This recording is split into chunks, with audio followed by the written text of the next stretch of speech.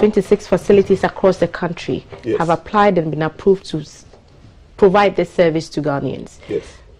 Is there a list? Can people go somewhere and check so that they know for sure that if I'm going to X hospital for the eye test, DVLA will accept the results from that place? Yes, sure. Yes, there is a list. Where can people find it? Now, let me start from here. The reform is in two phases. The first phase has to do with applicants applying to obtain the license for the first time. And these are applicants A, B, and then E. These applicants already are required to go through driver training institutions, certified driver training institutions. So the first phase, the list of schools, of facilities are with these driver training institutions.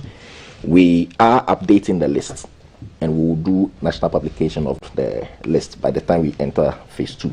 However, from by the end of this month, you see all the facilities that have been accredited or authorized to perform eye test on our behalf have identifications on their, I would say, on their entrances.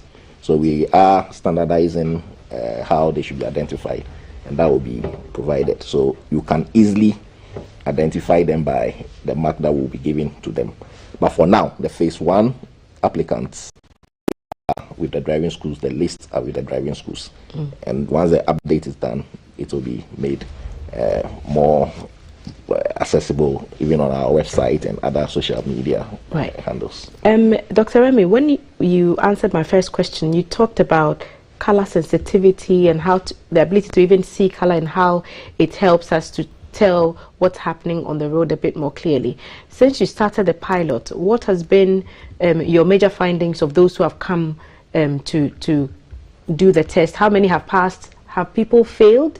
And when they do, is there a way out? Because we know our brothers and sisters in Ghana, we always like to find a way around. So what can we do?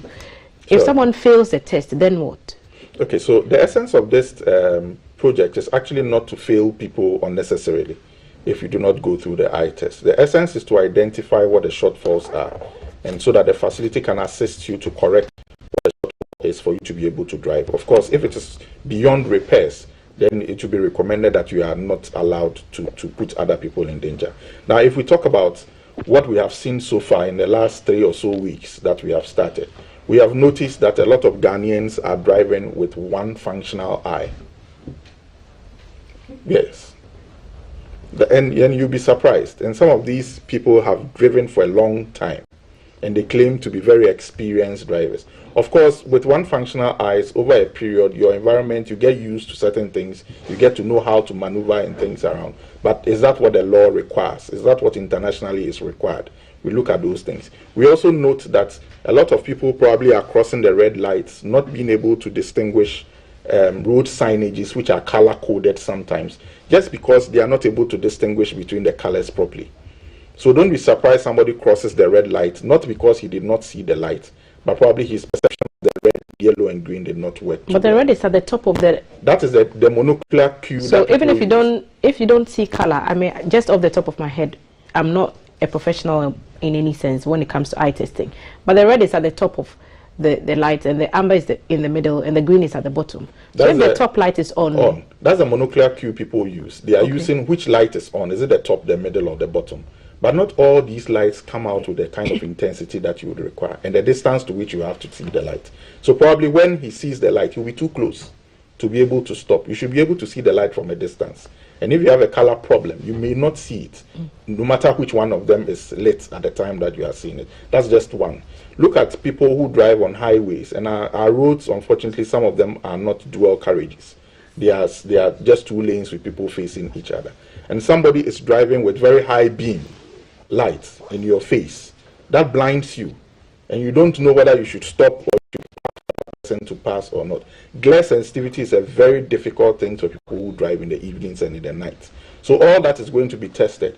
The essence is that if we see you fall short in some of these things, then we help you mitigate against them. What do you do to reduce this incident so that your driving is safer, then we can encourage you to do that. Do you find that, and I'm asking for my fellow spectacled people, do you find that people who wear glasses are most likely more aware of their eye problems than those who don't?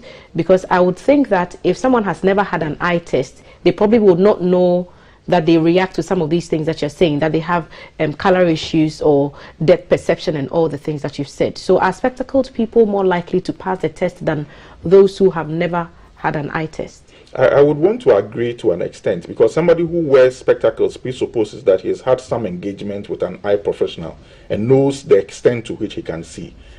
It enhances his vision. And we said this somewhere. Just think about it.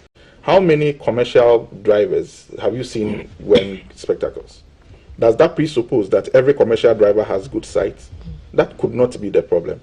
There's a cultural perception, and that we keep repeating, that when people board such vehicles, a big 30-seater vehicle to Kumasi or thereabout, and you find your commercial driver in glasses, sometimes people find it a bit difficult. Say, it is? Can this driver really see? Is he going to be able to drive? When they are wearing glasses? Yes, when they are wearing glasses. So the people feel safer when drivers do not wear glasses. That is what the even if the eye is not performing as it should. Yes, so some drivers have exposed to us that wearing glasses does not help them in their business, because passengers have a feeling that their eyes are not good. But ironically, that's actually the best. It tells you that this driver knows a limitation and has solved the limitation. Unlike the other one who knows it, solve it, or might not even know because they've never had the test. Exactly. Kafi, when you're engaging training institutions, do some of these things come up? The importance of having good vision, because I find that especially in my time, there's always a dependence on, or more of an expectation that you get your balancing and you get your steering right.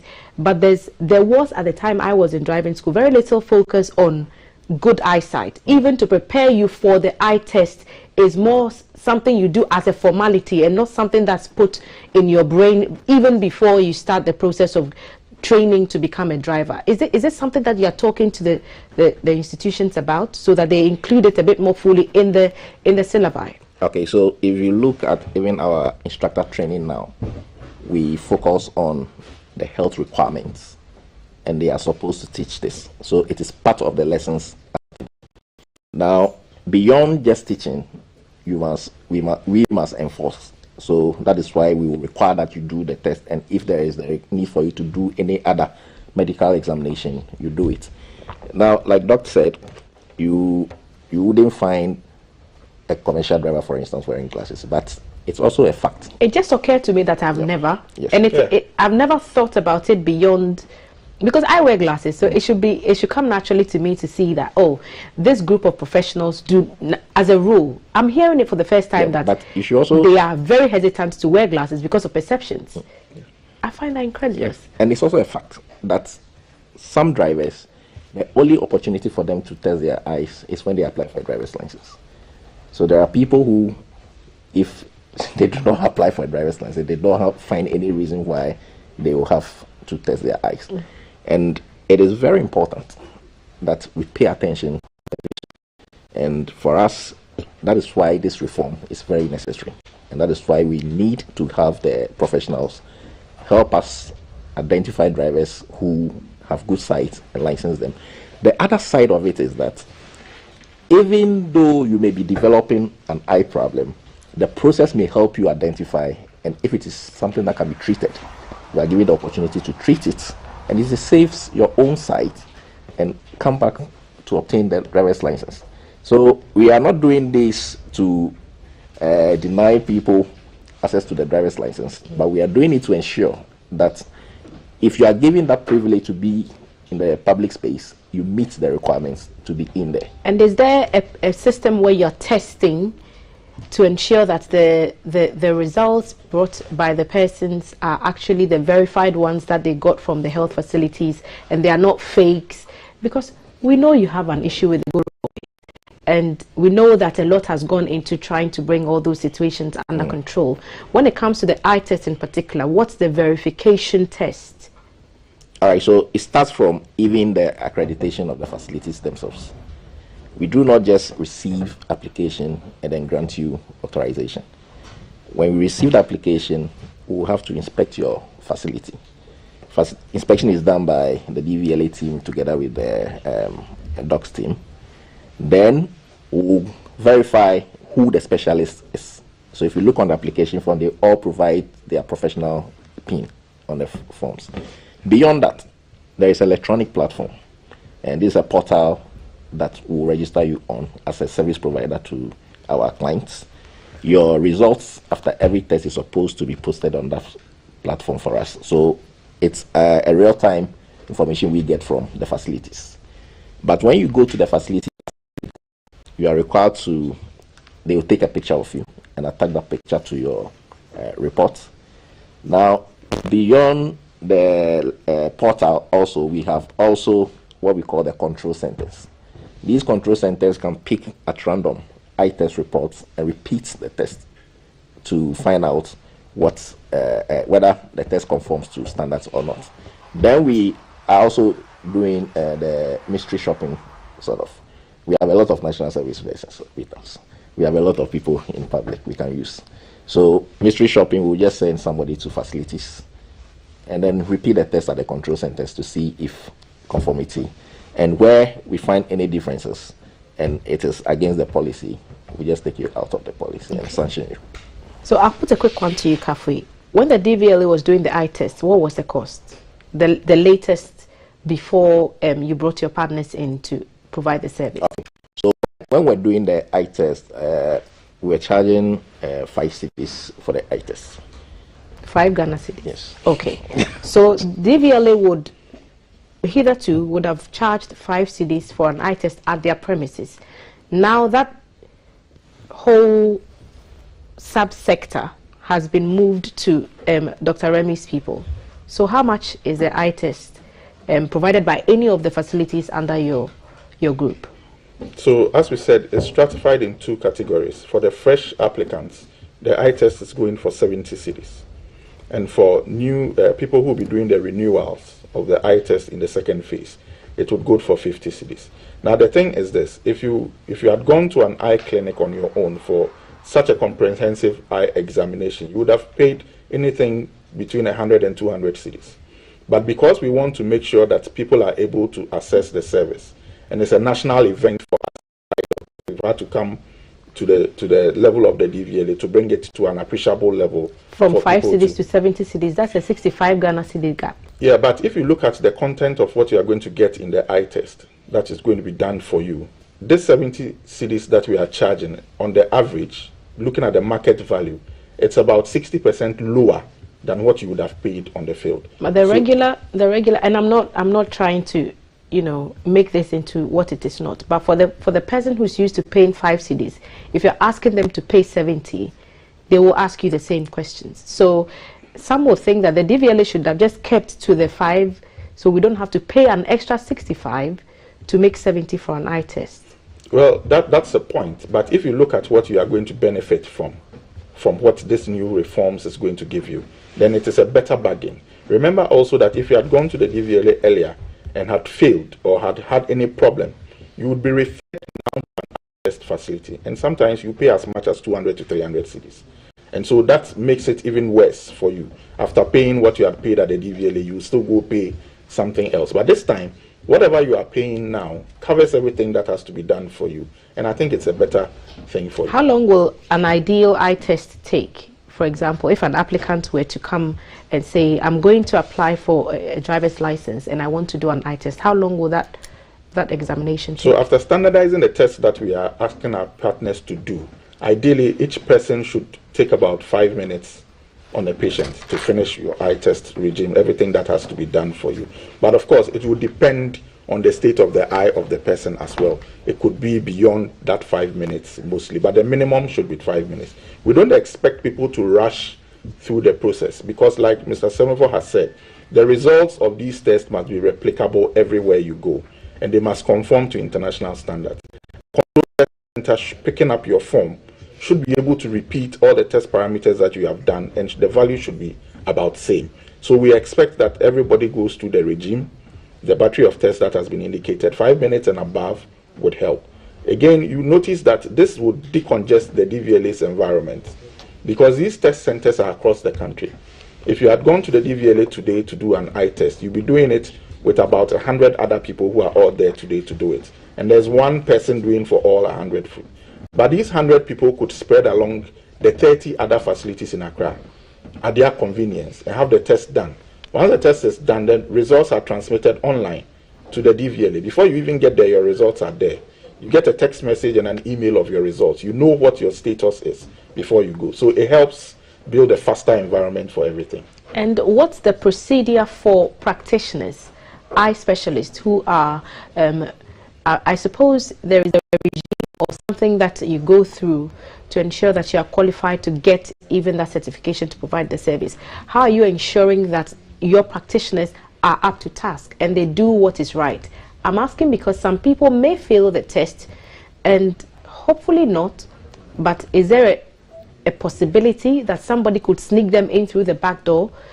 The more safer we are on the road will depend on the activities or inactivities of the specialists. The practitioners. Yeah, very true. So what we've done right from the accreditation process, the accreditation is your facility and the person. So even if you are an optometrist, and that's why it is not open to every eye clinic. If you're an optometrist or an ophthalmologist, you may know the principles of eye care.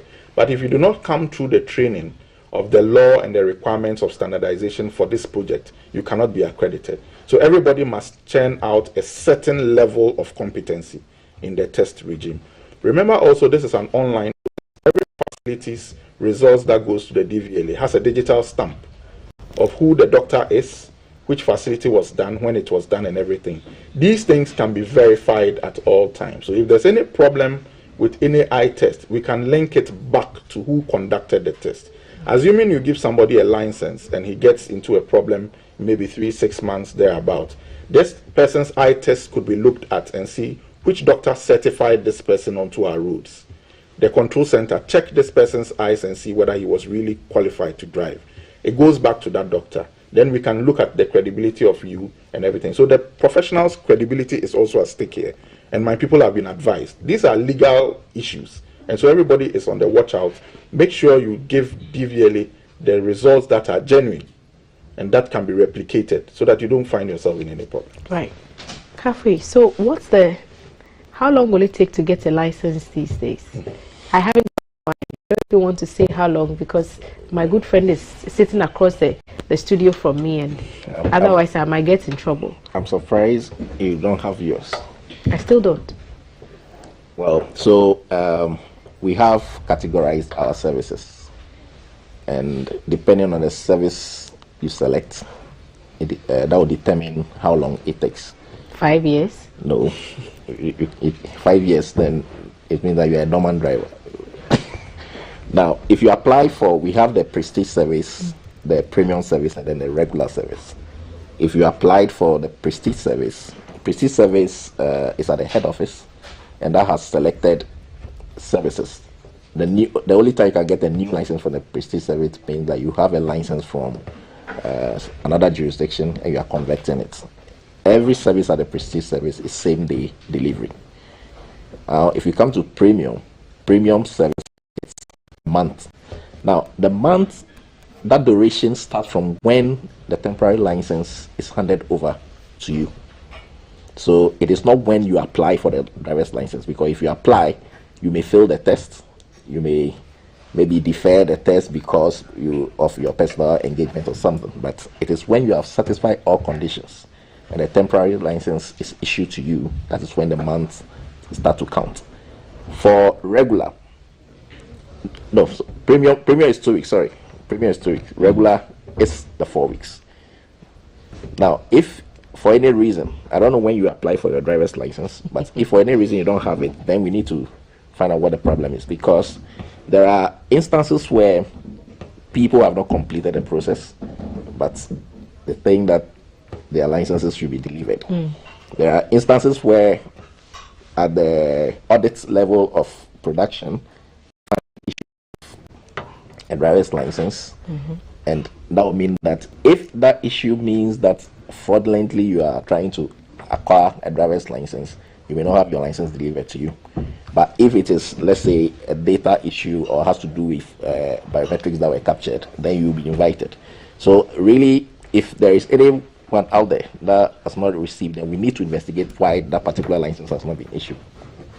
I think I will get into the details of how I have still not been able to finalize that process. But we are inviting you to join this conversation. Mr. Kafi Semevo is the Director, Driver Training, Testing and Licensing at the DVLA, and Dr. Remy Ninkpe is the President of the Ghana Optometrists Association of Ghana, and they are here to talk about eye testing at the DVLA, which has now been outsourced to 126 other facilities across the country. It means that you can no longer do your eye test at the DVLA office.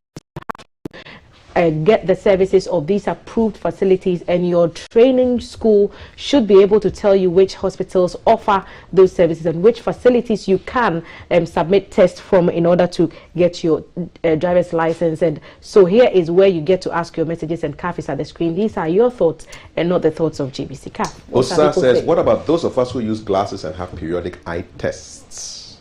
Yeah, so you come in with your glasses and the test to be done. Once you qualify, you are good to go. You still pay the 70. Yes. So whether or not you've just had an eye test at your regular eye testing facility, you would still have to get the approval from one of the 126 so far. Sure. Yes? Yes. All right. Okay, who are those who are not supposed to have licenses? According to Mauli, we need general medical checkup to ensure safety on the roads, not only the eyesight check. Some of the drivers may be suffering from epilepsy, bipolar, or autism, and according to him, these are not supposed to have licenses. Is that correct? That's correct. Those Very three true. conditions? That's correct. And that is why the law also provides that the authority may require further medical examination from an applicant.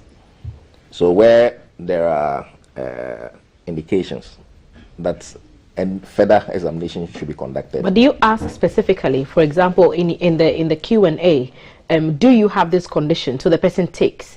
That way, if I mean, as far as the person knows, because they may have it and they may not even know it. So if you ask and they go through a checklist and they say, I know, to the best of my knowledge, I don't think I've been diagnosed with this condition, then there is a legal basis to stand on if it is found out later that they do have those conditions. All right, so in the process of applying, there is always that interaction between the licensing officer and the applicant. Okay. It is at that stage that these conversations are had.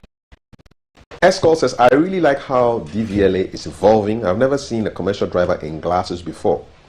And sure, it doesn't mean they don't have issues. The cost is okay compared to doing it voluntarily. And this is Escol Collins from Akwetia. Alaji Dawuda, can I drive with one eye? Because my one eye has indeed passed any eye test I did with all the medical doctors. Can you drive, if you have one eye that has vision, can you drive with one eye?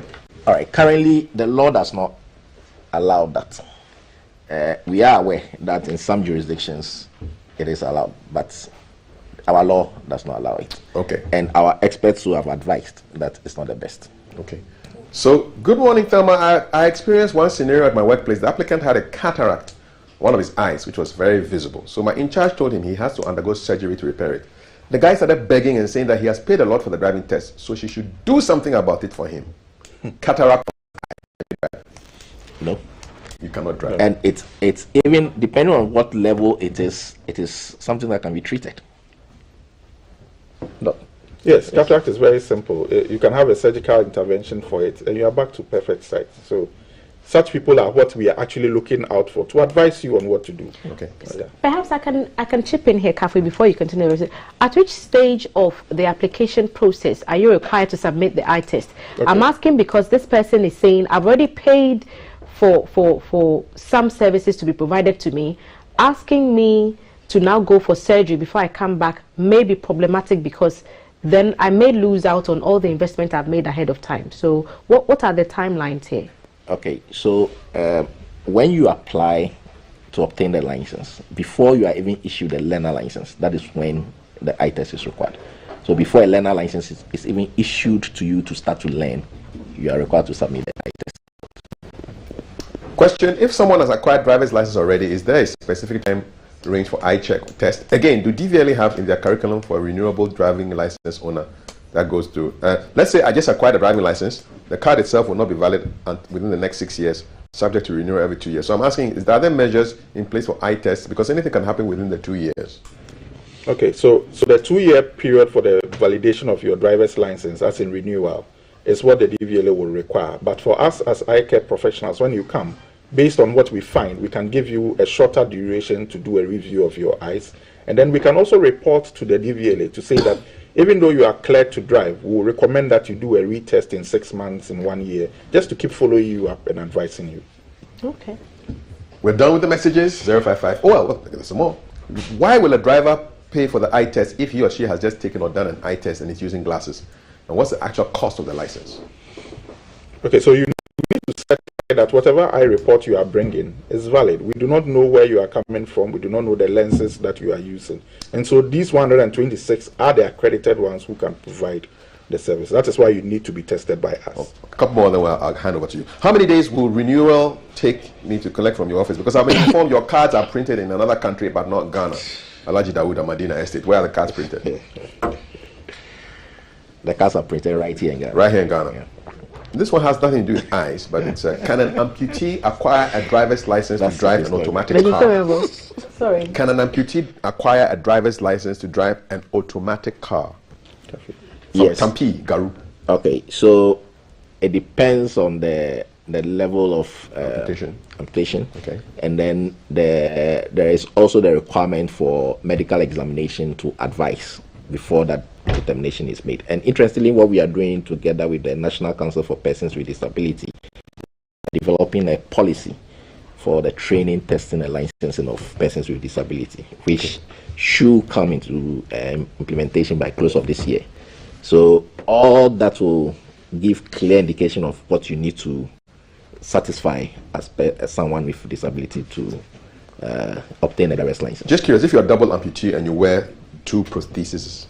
So you see, it depends on, there are gadgets that are provided in the vehicle. Yeah. So depending on the recommendation of what you have in the vehicle, you may be licensed. All right. Thank you, Kaf. Yeah. I'm sure you come back for more messages on the numerous conversation that we'll be having. If you call me. I will call you. Thank you, Kaf. So we have gone through your messages, and I'll pick some final thoughts perhaps from both of you. Let me dwell a bit longer on the issue of Goro Boys, Kafu, if I may. How have you been able to deal with it? We know that some of your staff are their buddies, because when people go to DVLA and they are told by those people outside that give me this, when they go inside, they go to see other people. How is that fight going? All right. We are aware that human beings will always interact, but we also believe in putting in systems and concentrating on the internal controls. Now, if you look at the reforms that are happening, we are using technology to back most of the reforms. The idea is that every person that is given permission to deliver a service to the public has some account that you can trace the person to and can monitor what the person is doing. So if you take even our written test, for instance, that used to be very manual, that used to be an attractive field to middlemen. Today, because it is computerized, because results can be verified, you are able to know who is taking the test and who is not authorized to be there. To a very large extent, we've used technology to control this. Of course, we know that there are people internal who may be influencing processes. Of course, we trace them. Have you found any of your staff culpable? Yes. Has anyone been punished? Yes, people have been punished. People have been found and people have been punished. And the point is this, we will not come preaching to the public to do the right thing whilst we have people in doing the wrong thing and we will not punish them. There is so much evidence there that people have been found and people have been sanctioned. Yeah. If everything that you're doing does not reduce the stress people go through in acquiring licenses, then all the efforts would have been in vain. Do you see that process getting better of getting a license? Do you see an improvement in the acquisition process? Because that's what will inspire people to stick to the rules of the game. The premium service is same day, premium is 2 weeks, regular is 4 weeks.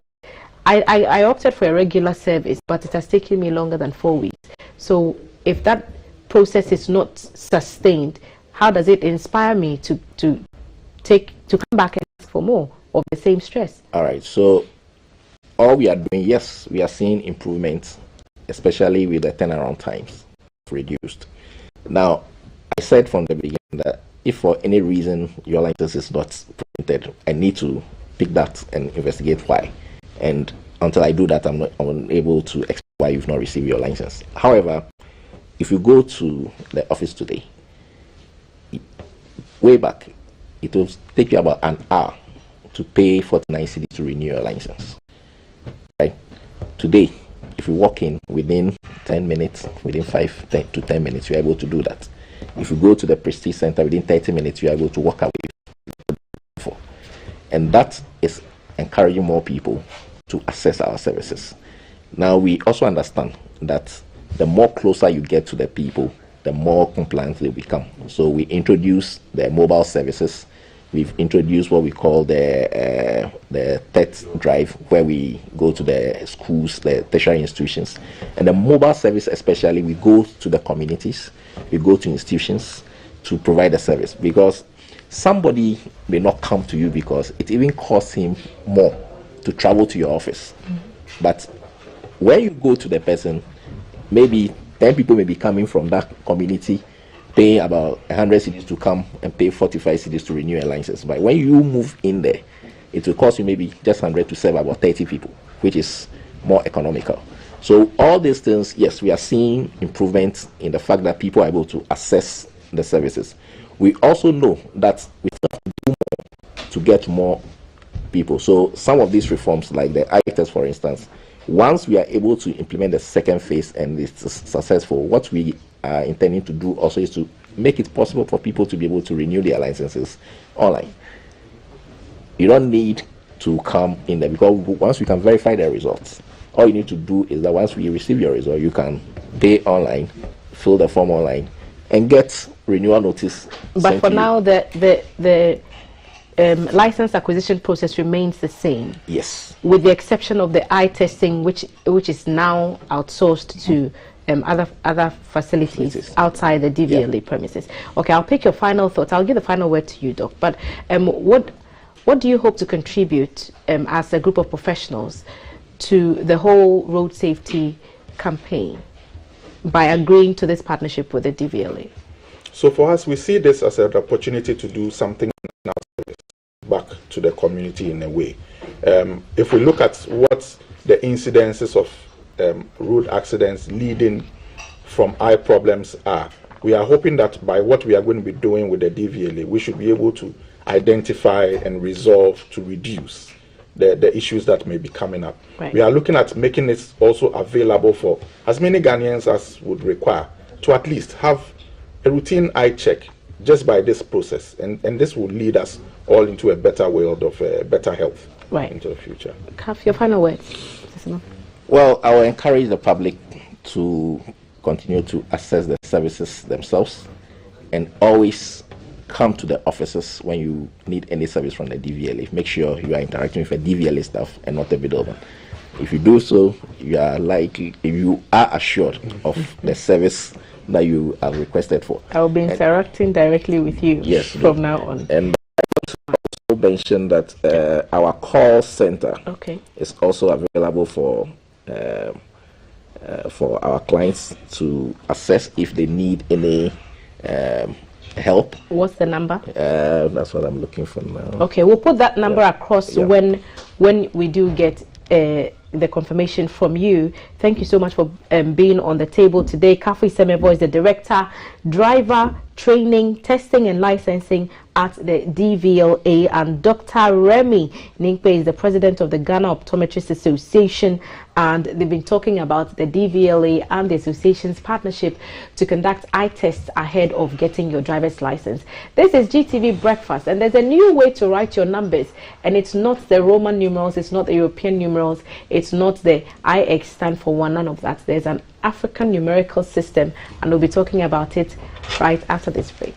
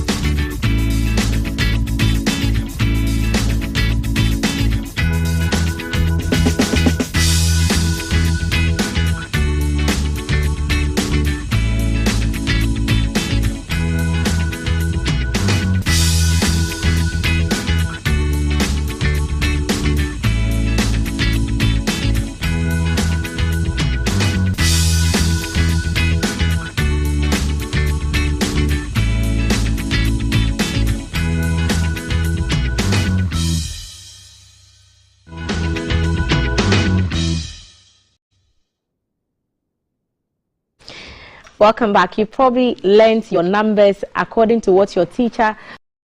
You probably had a lot to say in class when it came to Roman numerals. I remember saying I stand for 1, I stand for 2 and all that. It turns out there's an African way of writing numerals and I did not even know. Today we are on a learning journey and there's an inventor here who is going to teach us what it's all about. He calls it the African numerals, and the inventor I'm talking about is right here with me. His name is Mr. Amadou Hudu, and you are the inventor of African numerals. Mr. Hudu, where did this whole idea of African numerals come from? We know 1, we know 2, we know 3, we even know I and the X and the M and the V's and all that. Where from this whole African numeral system? Yes, I'm a teacher, professional teacher, and I have taught for some time. And I have seen that we have been using the L2, that is the second language. And then the L1 is the local language. So the children normally understand the local languages far, far better than the second language, that is the foreign languages. And then these numerals, African numerals, I have seen that the children, the conventional numerals, that is the European ones we are using. If you look at 1, it is just a 1 stroke. 2, it is in this way. 3, in this way. The children, unless a teacher tries to, explain so much to the child, before you were able to understand that 2, which is this symbol, stand for this. And it's not easy for them from the crèche to class 2. So I have seen the difficulties involved. Then I thought of this, that we should have something very self-explanatory, easy for the child, even if the child is not so intelligent. So that will be easy for a child, especially with regards to mathematics. Okay, so you came up with this whole chart. Yes. Take us through what we are seeing on the screen now. Yes, this is the European numerals. These I know. Yes, and this is Roman Straight numerals. away, I can this tell. is Hindu Arabic. Okay. And this is Hebrew. Africa, we were not having our own numerals. And I thought God has assisted me to invent this. So this is our African numerals. That is the symbol. 0, this one stands for, this dot stands for 0. This one stands for 1 stroke, 2 strokes, 3, 4, 5, 6. 5 here, 1 here, 6, 7, 8, 9, 10, 11 going, 13, 14. So if you look at all so it's just a straight line going down on the side to say 1. Beautiful. So you're counting these little strokes on that main line as the numbers. Beautiful. So this, if there's only 1, then that's 1. Indeed. And if there's 2, then that's 2. Beautiful. 3. 3 and then 4, and it goes on Yes. from there. So that's what we are seeing amplified on the screen. Yes. So the big dot is the 0. Indeed, yes. Okay, so where's the inspiration for all this? How did you come up with this one? Yeah, that's the difference is that, as I said earlier on, you look at this one, it's just like that. It is not in line with this. But you try to make the child understand that this one stands for 2. So if you look at this one, you can see 2 strokes. 3 in this way, Roman in this way, 3, and the Arabic, Hebrew. But look at the African numeral, you can see it's self-explanatory. A child understands this thing faster, and someone who hasn't gone to school illiterate understand this thing 1, 2 faster. But this is the widely accepted one that we know. This is what is in the syllabus. So are we not going to confuse the children if we are now telling them that, oh, you can write 3 this way, but you can also write 3 that way? So they become confused. Or do you get the point I'm making? Yes, excuse me, I've already prepared for this. Okay. Yes, this one will complement this. This one, African numerals, are making teaching and learning easy for the child and the teacher. This one helps the child to understand this. But African numerals are not in the syllabus as it is, are they? Only GS has recommended it for teaching and learning. GS has recommended African numerals for teaching and learning. Yes. So then is that mathematics? Yes, it is a mathematical language. That is language is part of our culture. So this is just a mathematics to help children at the basic level. So this one will help the children understand this. We are not introducing this one and forgoing the conventional one we have been using for centuries. But I want you to know that Ghana or the rest of Africa, we don't have something like that. So if it's only in Ghana and it's not even in the rest of Africa, why do we want to put the burden on the children to learn it? Because we are learning with a global context in mind. And if this doesn't help me in my IT journey at MIT, for example, and it doesn't help me in my further studies maybe abroad, then why am I learning it? And we ask these questions a lot of some of the things we've learned as children. And we are asking, what did this thing that I studied in school add to my life? What does knowing African numerals add to educational life? Okay, excuse me to speak before I come to what you have asked me for. Any great nation like China, they have their way of writing their numerals. Japan the same. Germany, Israel, Arabs, Africa, Ghana, or Ethiopia, can they produce their own symbols to represent numbers? That is number. It's not there. We are not saying that this should erase this. This will rather make this one, the understanding of this thing simple. Like this thing on our currency, these ones are there. And somebody who has not been to school, look at the features of the currency, they don't know this, they don't know that. They know the features of the currency before they can identify and recognize them. But this can easily make it easy for the child and the other one who have not been to school. So this will help this.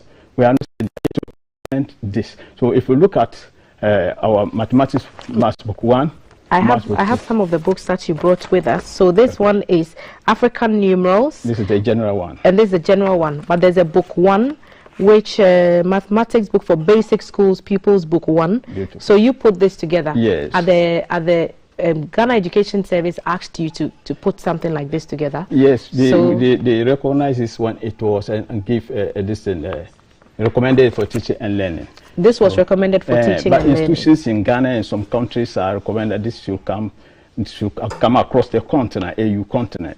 So we advances to this way to cover the whole continent. But they are the same things. The contents are the same. What is here, you can find it here. But these ones are more advanced than this. And we have produced a teacher's guide. That the guide can guide anyone who can. I was just about to say that, are there teachers who can teach African numerals? I've tried it in Tamale. And the children, one day you teach them this African numerals, they understand it faster and easy, and they embrace, they welcome it more than these ones. So what we try to do is, we are telling them that this is helping them. Like multiplication sign. If you look at African numerals multiplication sign, 9 times table, a class 2 child will find it difficult to just say it like that without looking inside a book. 9 times 1, the child will say, 9 times 2, 9 times 3, the child will be standing there. Unless counters help the child to do this. But ours, the child can, if we just say this is 9, the child will just be adding it and working this one. Yes, so it represents counters as teaching and learning material for the child. So it is just perfect for the child. It is helping the child to understand this European numerals. And as you know, apart from this supporting the European numerals, we have come out to design, that is the secondary level of the numerals, to use the symbols to design and make wall clock like what we are going to present to you. A wall clock, okay. But tell us what this is first. What's this on our screen? Is there a government, is there a number plate? Yes, we have designed. So this that's is a government vehicle. GR, okay, don't tell me. That's 1, 1, 2, 1, 2, 3, 4. Beautiful. 1, 9. Beautiful. That was 1, 1, 2, 2, 4, 19.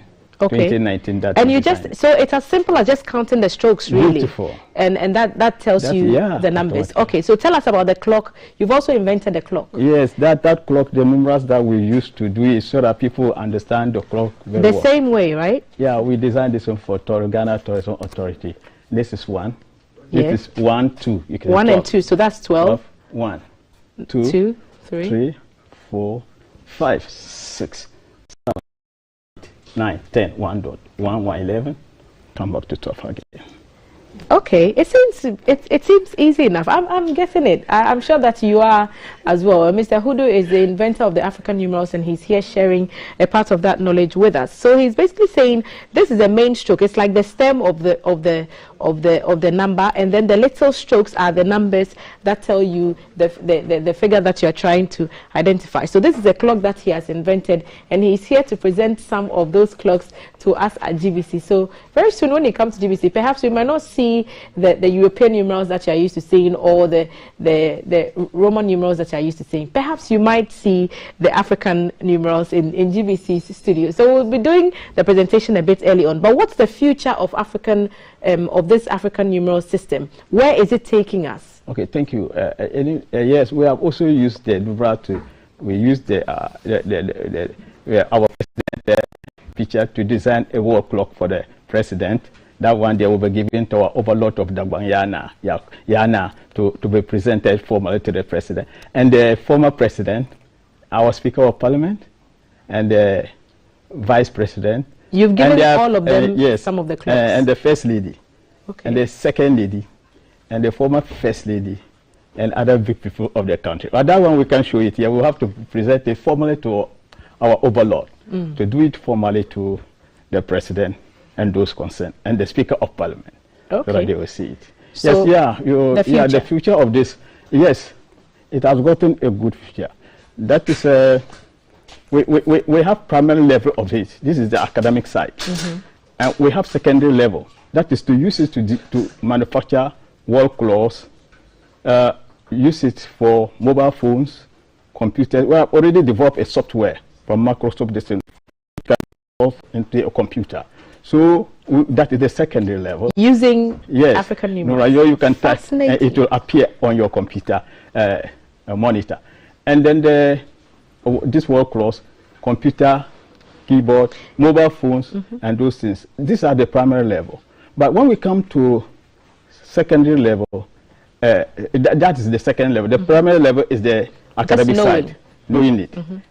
And the secondary disciplines, the advanced level cannot be used in Ghana and Africa. That one can only be used in those who go to space. That is those who manufacture rocket, like using Russia. African numerals. Yes, I'm coming. To Russia, go to space.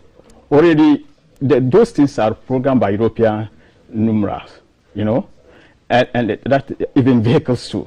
When you move from the first year, second year, accelerate, you see how it goes. These numbers are there. So ours is conventional. You can see it. Because it's not even just about the numbers. You even have signs for the plus sign. Beautiful. You have sign for the equal to. I mean, I've looked through this book. Symbols. And call it operational symbols. The operational symbol. Yes. You see, it tells you. My maths teacher will not like me this morning, but I like Mr. Hudu. I'm seeing a multiplication table, and it's all written in this same language that you're trying to explain to us is African numerals. Beautiful. We are not confusing the children. We are adding to their knowledge, is what Very you're saying. easy for them. So this is a calculator. Yes. And this is the software you were talking about. Yes. So that's 0 to 4. Yes. 2, 1, 3, 2. Is that an 8? Yes. 9, yes. 0. Beautiful. So if you install that software on your phone, instead of having like the regular, you have those. Yeah, computer, you can type. You can type, work it normally like these ones, the conventional ones. I'm excited because it seems like there's a lot to learn with this technology. But you're here to make a presentation, and I'll be welcoming our Director General to join us very shortly to accept these clocks on behalf of the GBC for onward distribution to all the various studios at GBC. We are learning about African numerals today. It's not just about the I's and the I and the I. There's a stroke 1, stroke 2, stroke 3. That is an African symbol, and we are using this technology to help children better understand the numerical system that is taught to them in schools, and Mr. Hudu is here to make that possible. So the Director General of the GBC will be joining me very shortly. He's joining me now, Professor Amin Al-Hassan. Mr. Hudu, I introduce you to our Director General. I'll also introduce you to our Acting Director of Ebenezer Ampabing, who is also in the studio with us, and you are here to make a presentation. So I will just step slightly back so that I watch you make the presentation to the DG, and then we'll take the clocks where they should go. Okay? Thank you. Okay. It's GBC branded. This is a GBC branded clock. Okay. Okay. And Ghana Broadcasting Corporation, with our ever-present drums and masts. Thank you, sir. Thank you very much. Thank you. Thank you. Thank you. So, Mr. Hudu expects that this will be in all our studios. Prof, do you find it as interesting as I do, the presentation of I think all? There's more? Yes, there's more. Okay, perhaps we'll invite Mr. Ampabing. Will come soon. Okay, I so think that's on GTV. you were asking me a question. Yes, Yeah. so have you basically understood what's happening here? Yes, I have. Okay, And so very simple. you think it's a simple enough principle? It is, and I think it's very important that the Ghana Broadcasting Corporation is associated with an attempt to bring honor to Africa. It is our contribution to numerals in the world. When you go to every continent, they have their numbers. This is our time. And I think that we should acknowledge and celebrate Mr. Hudu for such an innovation. It's an innovation that we Africans should be proud of. It is our contribution to the world of learning. I think my acting director of television should be joining to also receive some of the clocks. Acting director, if you could please join us. Mr. Ampabing will be joining us It will be very important. shortly. Please join. All of GBC's channels. We have a number of TV channels and radio channels as well. These clocks are supposed to go to every one of our TV channels. That's the GTV one. I think what I have here is a Sports Plus one as well. CAP has the main GBC one. Valerie, join us. Multi, where are you? Yes, I'm bringing them. Okay, and this is our news and current affairs channel. Okay, GBC News. Okay. And so more clocks. Are we expecting some more? Yes, that's one. This is Obonu TV. Obama's favorite channel, Obonu TV, which broadcasts in the Dangme dialect. And so we are also broadcasting all our TV channels here this morning. So many clocks to go around. Are you sure you're able to carry everything? That's lifestyle. Let me hold that one for you. Lifestyle. Yes. This is Garden City, Kumasi, and then so these are Kumasi Ghana Regional Learning. TV channel, Ghana Learning, our partnership with Ghana Education Service, which is partnering with Mr. Hudu to bring up these African numerals into our mainstream education system. So he's here, he's made a presentation of all the clocks. Acting, are you excited? I'm blown away. I am as well. Innovation Yeah. drives the world. Yeah. So if we go into a situation of latency and such innovation comes around, we get buoyed and the world turns around for good. So we thank him very much for that. We are told that we may actually be able to do space technology with this. So I'm excited to see how these beautiful beginnings will end up in something even more beautiful. So Mr. Hudu, Amadou Hudu is the one who invented the African numeral system, and he's just made a presentation of all these clocks to us at the GBC. Our Director General, Professor Amin Al-Hassan, is our Acting Director of Television, Mr. Ebenezer Ampabing, and we've received all these clocks on behalf of everybody here at GBC, and we'll look forward to exciting things that you are doing with us, Mr. Hudu. And once those presentations are made to the President, I'm sure that at your invitation, we'll be there to to witness that honor as well. Thank you. Thank you so much. Thank you. We'll be back to continue the rest of the program. It's still Breakfast Live on GTV, and the show is not over, and you don't want to miss what comes up next. We'll be back. Thank you. I will wait to see something. Oh.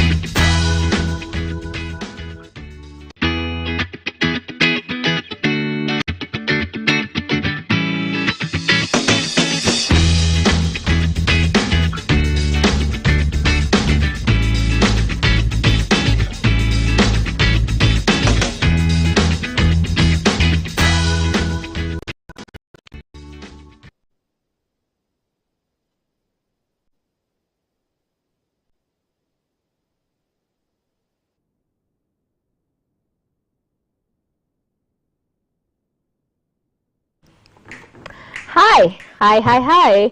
Welcome. And so, yes, we are complaining. But guess what? We keep going to work every day. We show up every day. There must be a reason why you show up, don't you? Well, we are asking the question, what do you love about your job? What do you love about your job, guys? It's the hashtag GTV Breakfast, and we are very interactive on our screen. 05555610034. Cuff is jumping somewhere. I have tea and multi tea on the set as well. And guys, we're going to be opening the phone lines in a while, but we're going to go to the screens. We have some interesting comments on Facebook page, and so we are going there now. And then get ready, fastest fingers. We'll announce the number, and then you call and let us know why you love your job. I'm going to begin. That is after the break, guys. So we are going to cuff. We're going to cuff now. Hey, what's up? So what do I love about my job is just sit there and ask questions, and people give you interesting stuff and tell you stuff that's going on in their lives. That's what I like about my job. What do you like about your job? The question is out there on Facebook. Interesting comments are coming in. Idi Amin says, I get the privilege to impact knowledge into my young ones. I'm guessing that Idi Amin is a teacher. Sylvanus Odogu says, I go to work to see people get well treated when they're sick. But I myself have not been taking care of myself. A bit of remuneration is in arrears of 19 months and counting. Wow, they owe you 19 months. But I see joy in seeing people being discharged home and taken care of, and they are happy returning. Oh, wow, that's great. Pani, the smile of satisfaction on the faces of my clients does it for me. My friend says, you're wondering why we are still showing cartoons with white animations. Okay, we'll give you black ones, don't worry. Etonam Precious, seeing that my clients are satisfied with the care delivered to them makes me happy and fulfilled at the end of the day. Efo Kokumauto, public speaking coaches, I love how the smiles on my trainees' faces brighten up after our sessions. Even more, I love the messages they send me and the team when they begin to apply the lessons they learn from our training sessions. Man, I love to teach. I love to empower voices to speak. So that's a very inspired Efo Koku talking about what makes him happy. More messages. Carl Gidonu says, it's challenging, but hey, it's a well-respected job. Thank you very much. Prince Razak says, I'm a counselor. That smile on my client's face after the pool of tears. That bubbling life after the suicide attempt. That excellence at the task after an initial hesitance to take it. I feel humbled by these and more. Anybody on the line? I should continue. Yes, to announce the phone line. Yes, I'm going to announce the phone line. Now it's 054-366-4264 is on your screen. 054-366-4264. What do you love about your job? Call now. Okay, Kaf. I'm curious. Tell me, what do you love about your job? Some of the people, not all of them. It's like that. Some of the people. I love some of the people who I work with. No, but you know, when we were kids, we used to have this something called a slam book, and people would feel like, what would you be in future? I've always ever written to be a journalist because I knew that nursing wasn't for me when I fainted at my first sight of blood. So that was not going to work. And I love to talk, and now here I am. So I love my job itself and some of the people. Maltiti, what do you love about being a news reader? Well, I get to tell people what's happening around them. I get to do stories that bring solutions to problems in the communities we live in. I've been a talkative from childhood, so just like Thelma, followed the dreams of talking on TV or radio to become a journalist. Okay, great. Val, how about you? It's wanting to know things about people. Like, Curious. Yes, I'm always curious. Like, I think it's the curiosity about my job. That's what keeps me going every time. I want to know everything. Like, I always want to know what's happening here, what's happening here. I think that's it, curiosity.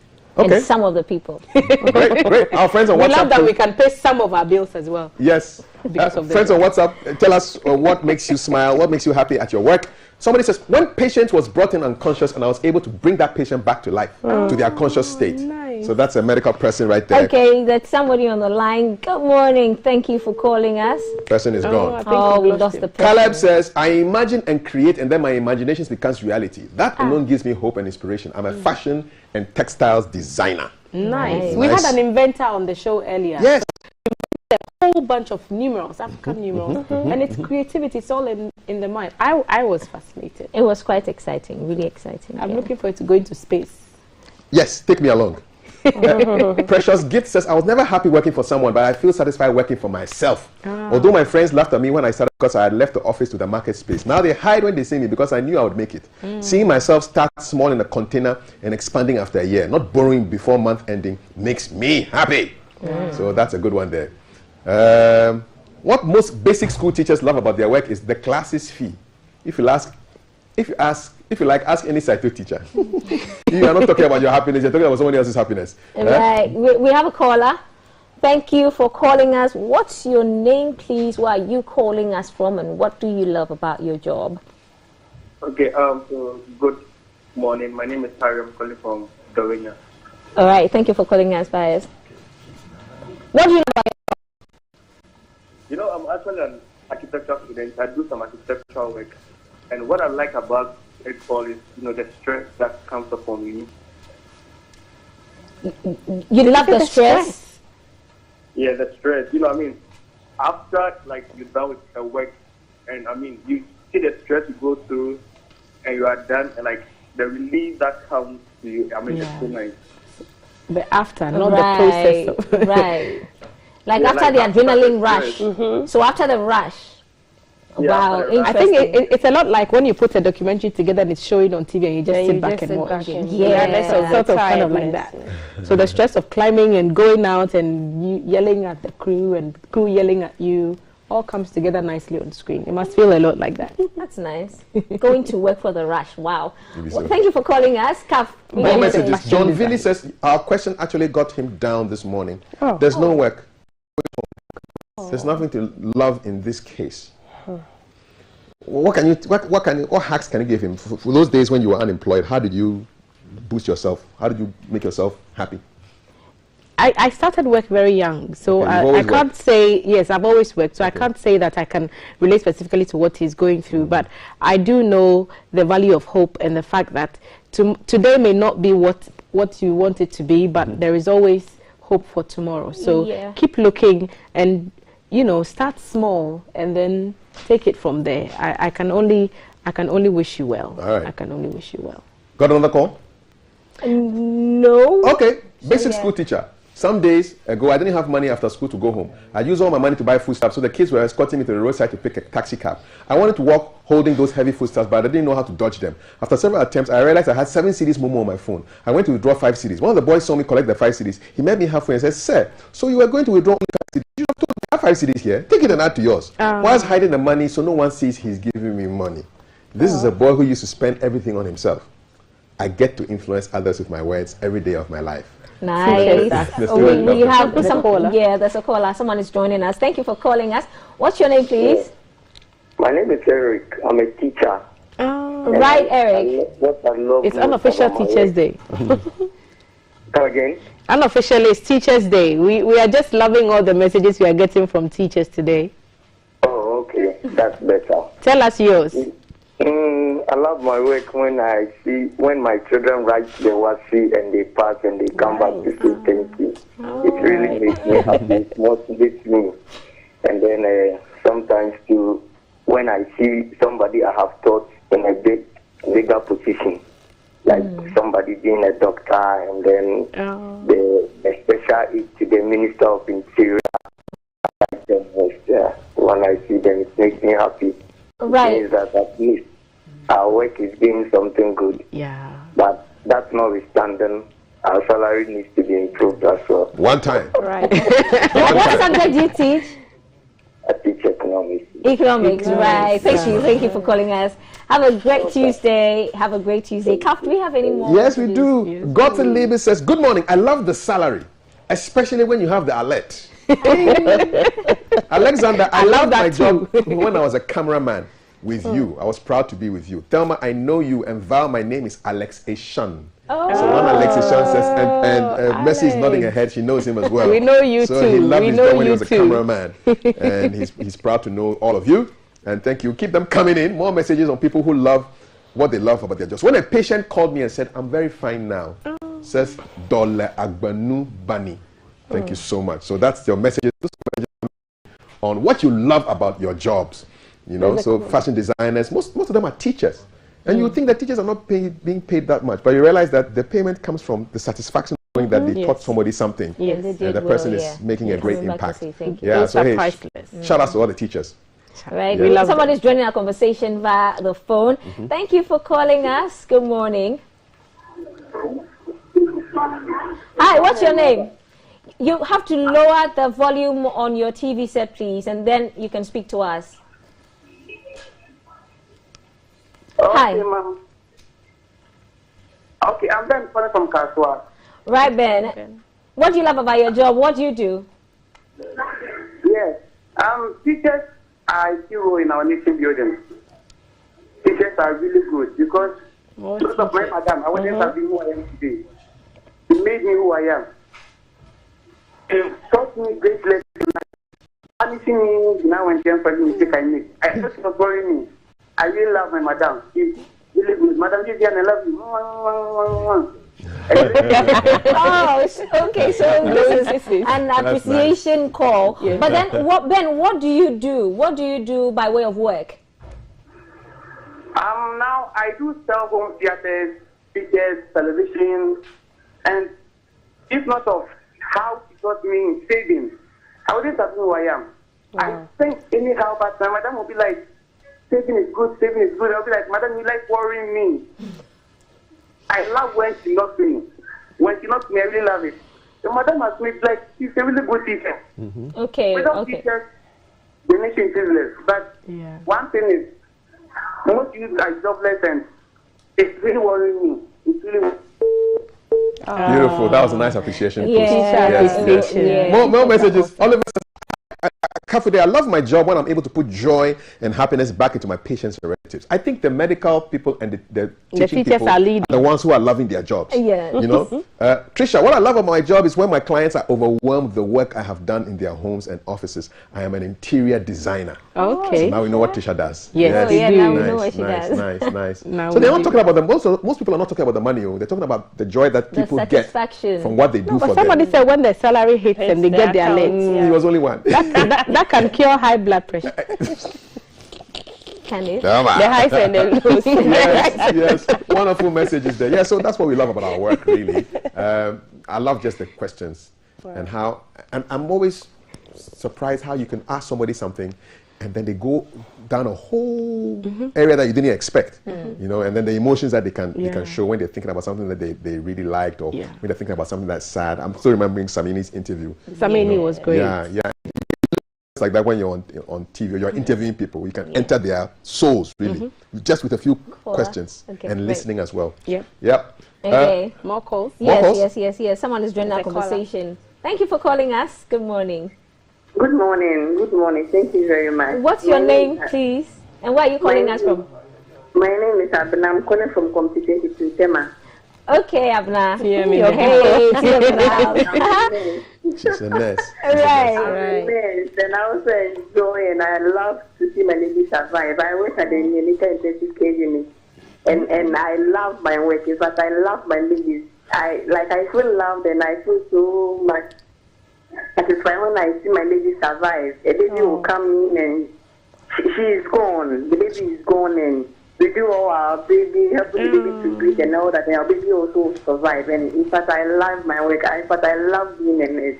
Thank you very much. No, thank you for calling us. It's amazing what you health workers are doing. Imagine that, having a baby, guys, having a baby coming, and the parents probably think they are going to lose their child, and then you work your magic somehow, because you guys are real life superheroes. Right. You work your magic somehow, and then the baby cries, and then you give hope to the family. Hey, it's nice what you guys do. Nice. Cappuccino says, "You guys keep it up. You are the best." And then Miles says, "That's my sister." I'm reading the messages from here. The lines are still good. You're zooming. No. I know Still there, yeah. So John Great. Villy spoke about not having a job and being at home. I think that I hit that roadblock when I finished my service with GBC and I hadn't yet been rolled onto employment or whatever you call it. He should go out there and mingle with people that are in his area of expertise. Right. I think this would be great advice for him. You never know who could hire you. You could start with a and then move from there. Good advice from somebody who actually felt it. Yeah, exactly. I worked in a restaurant, even though I was a driver. What were you serving? I was the PR, and I was clearing tables. I was serving drinks. Good customers? Yeah. How do you deal with good customers? It wasn't easy. I had to wind around your magic.